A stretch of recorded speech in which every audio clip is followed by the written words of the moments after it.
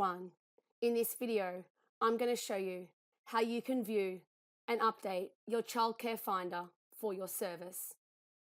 To do this, you need to either have the system role Provider Management or have the user role attribute Account Management.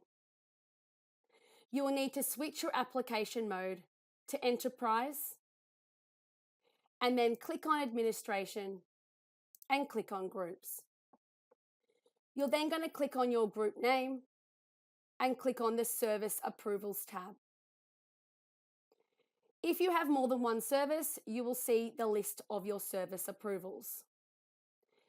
Click on the service you wish to view your Childcare Finder.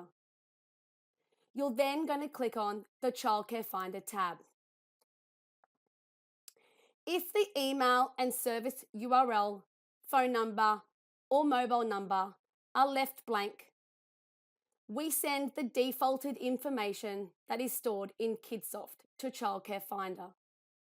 If you would like this information to be different, you can come in here and enter in these details. By default, we will display the fee and inclusion details from Kidsoft for your booking types and fees. If you wish for this information to be stored on the Childcare Finder website from your own website, you can update this field and then enter in your fee URL. Alternatively, you can select your service URL that is stored in Kidsoft or complete up the top where it says service URL. Once you've completed all of those fields, you can then click Save.